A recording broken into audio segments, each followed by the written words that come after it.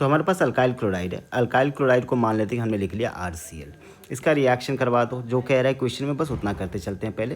तो magnesium in dry ether, हमें पता है कि जब भी हम अल्काइल हैलाइड का reaction magnesium in dry ether करवाते हैं तो R और Cl के बीच में मैग्नीशियम इंसर्ट कर दो और ग्रिग्नार्ड रिएजेंट बना दो।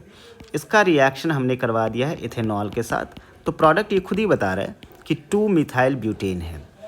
ओके, पहले तो हम समझ लेते हैं कि ग्रिग्नार्ड रिएजेंट के रोल क्या है। तो जब कभी भी तुम्हें RMgCl या कोई भी RMgX टाइप ग्रिग्नार्ड रिएजेंट दिखे तो इतना समझ जाना कि ये this is going to be the source of R-, ये R- ही देगा। R- का सोर्स है और R- एक बहुत ही अच्छा न्यूक्लियोफाइल है और उससे भी बढ़िया मच स्ट्रॉन्गर बेस है। ये इतना स्ट्रांगली बेसिक होता है कि वाटर जैसे वीक एसिड का H+ भी निकाल कर चला जाता है।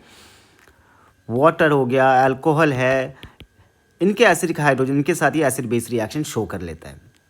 जब भी इसके पास एक चॉइस हो कि एज अ न्यूक्लियोफाइल एक्ट करना है या एज अ बेस, तो ये बेस की तरफ प्रेफर करेगा, क्योंकि एक थर्मोडायनामिक प्रॉपर्टी है जिसमें स्टेबिलिटी एक कंसर्न होता है। ठीक है, तो हमें इतना पता चल रहा है कि यहाँ पर जो रिएक्शन है, ये रिएक्शन जो हुआ होगा वो एसिड बेस रिएक्शन हुआ होगा। इस R ने इस H के साथ रिएक्ट करके ये अल्केन बनाया होगा।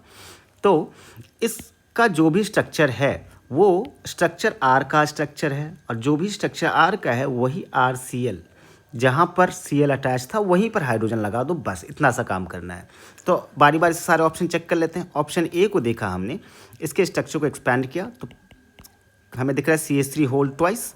इसका मतलब ये है कि ये 2 CH3 इस कार्बन से अटैच्ड है और उसी कार्बन पे एक क्लोरीन भी अटैच्ड है, CH2CH3। हमें क्या करना है, हमें बस इतना सा काम करना है कि यहाँ से पहले रिएक्शन में क्लोरीन यहाँ से हटेगा, यहीं पर माइनस बनता, और फिर इसी माइनस पे हमें अल्कोहल के साथ रिएक्शन करा कर यहाँ पर हाइड्रोजन लगा देना है। अब बस चेक करना है कि क्या ये 2 मिथाइल ब्यूटेन है या नहीं। तो yes, this is 2 methyl butane. मतलब कि अगर अल्काइल क्लोराइड ये होता तो final reaction product 2 methyl butane ही होता, मतलब A is the right answer. अब हम बी भी चेक कर लेते हैं। बी को भी सेम इसी तरीके से एक्सपैंड करेंगे।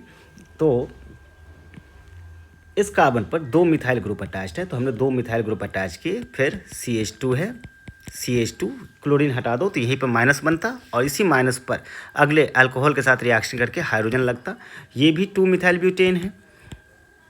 तो बी भी सही आंसर है। सी को चेक करो, यहाँ से क्लोरीन हटाओ और यहीं पर हाइड्रोजन लगा दो तो N पेंटेन बनेगा, 2 मिथाइल ब्यूटेन नहीं बनेगा, इसलिए C is a wrong answer. मतलब A and B both are correct, so D is the correct answer.